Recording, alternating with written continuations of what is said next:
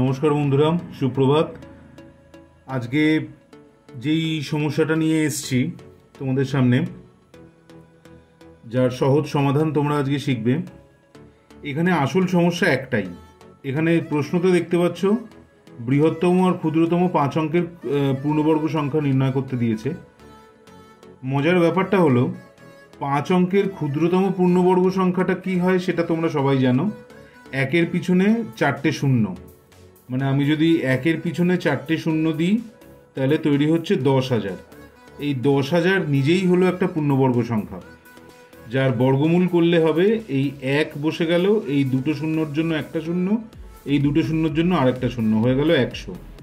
মানে 5 অঙ্কের ক্ষুদ্রতম পূর্ণবর্গ সংখ্যাটা 10,000 নিজেই। তাই এটা নতুন করে নির্ণয় করতে হয় না। এই প্রশ্নটা এরকমভাবে দেওয়া, কোয়েশ্চেনটা এরকমভাবে দেওয়া তোমাদেরকে একটু ভয় দেখানোর জন্য। এরকম প্রশ্ন পরীক্ষাতে আসে, পরীক্ষাতে আরও 5 রকমের প্রশ্নের সাথে এটা কনফিউশন হয়ে যায়, সেজন্য তোমরা অনেক সময় ভুল করে ফেলো। তাই আমি শুরুতেই বলে দিলাম যে এখানে আসল আমরা বের করব বৃহত্তম সংখ্যাটা, ক্ষুদ্রতম সংখ্যাটা 10,000 নিজেই। তো বৃহত্তম সংখ্যা 5 অঙ্কের তোমরা জানো 5টা 9। তো এই 5টা 9 নিশ্চয়ই 99,999 পূর্ণবর্গ সংখ্যা হয় না। তাই এটার থেকে আমাকে 5 অঙ্কের সব থেকে বড় পূর্ণবর্গ সংখ্যাটা বের করতে হবে। কিভাবে বের করব? ভাগ প্রক্রিয়ার সাহায্যে। তোমরা ইতিমধ্যেই ভাগ প্রক্রিয়া দেখেছো আমার এর আগের ভিডিওতে, আশা করি। তা যদি না দেখে থাকো অতি অবশ্যই আমার ডেসক্রিপশনে গিয়ে তোমরা লিঙ্কে ক্লিক করে দেখে নিও। আমরা ভাগ প্রক্রিয়ায় চলে যাব। 99,999 মানে 5 অঙ্কের বৃহত্তম সংখ্যার বর্গমূল নির্ণয় করব। তো এখানে প্রথমে 9 আছে, 3 দিয়ে যাবে, 3 তিরিককে 9 চলে গেল।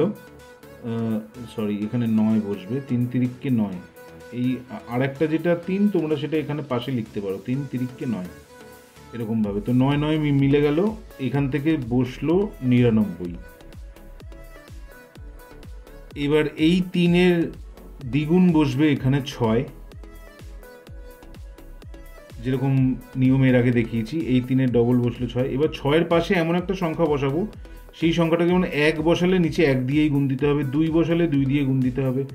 তো এখানে যদি 1 বসাই 61 হচ্ছে, 61কে 1 দিয়ে গুণ দিলে সেই 61 হচ্ছে। যদি 2 বসিয়ে দিই তাহলে কিন্তু বেশি হয়ে যাবে, 124 হয়ে যাবে, 99 থেকে বেশি। তাই 1 বসাবো, এখানেও 1, এখানেও 1 বসিয়ে 61 বসালাম। বিয়োগ দিয়ে 8, এখানে বিয়োগ দিয়ে 3, এই পরের জোড়াটা নামবে 99, হলো 3899। একইভাবে এই বর্গফলের জায়গাটা 31 তৈরি হয়েছে, 31-এর ডবল আনবো 62।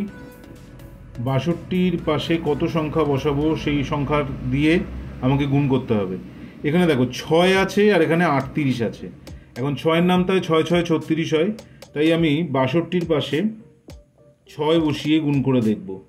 6 6 36, হাতে 3, 6 দুগুণে 12, 3-এ 15, 5 হাতে 1, 6 6 36 এটাকে 37। তো দেখতে পাচ্ছ 3899-এর মধ্যে এইটাই একমাত্র যেতে পারে। ঠিক ঠিক তোমরা দেখলে কি করে সহজে, কি প্রক্রিয়ায় সহজে আমরা পেয়ে গেলাম যে কত দিয়ে যাবে। সবসময় এই প্রথম দুটো সংখ্যা আর এটার প্রথম সংখ্যা, ভাজ্যর প্রথম দুটো সংখ্যা আর ভাজকের প্রথম সংখ্যাটা বিচার করবে। এই ছোট ছোট নিয়মগুলো শিখে রাখবে, তাহলে অনেক সময় কম লাগবে, অনেক সহজে তোমরা ক্যালকুলেশনটা করতে পারবে। আমার চলে এলো ভাগশেষ, চলে এলো 143, 143 চলে এলো। যেই এই ভাগশেষের কারণেই আমার এই বর্গমূলের ভাগটা মিলল না। তো এবার এই 143টা যদি আমি এই বড় সংখ্যাটা থেকে বিয়োগ দিয়ে দিই তাহলেই আমি পেয়ে যাব আমার নির্ণেয় 5 অঙ্কের পূর্ণবর্গ সংখ্যা। 99,999 থেকে যদি 143 বিয়োগ দিয়ে দিই তাহলে পেয়ে যাব 6 5 8 9 9।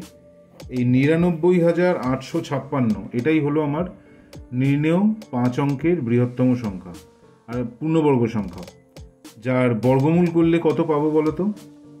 যার বর্গমূল করলে পাবো 316। কেননা 316-র পরের সংখ্যা যেটা 317, সেটার বর্গ করলে আর 5 অঙ্কের থাকবে না, সেটা 6 অঙ্কে চলে যাবে। আশা করি অঙ্কটা বুঝতে পেরেছো। কীরকম লাগলো ভিডিওটা জানিও। পরের ভিডিও নিয়ে আবার খুব শিগগির ফিরছি।